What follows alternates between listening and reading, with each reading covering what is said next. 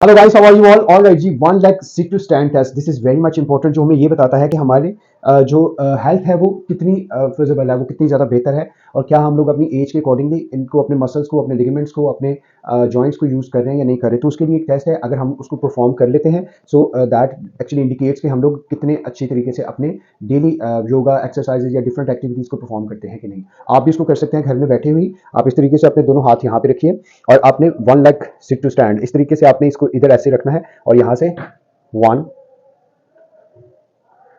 2।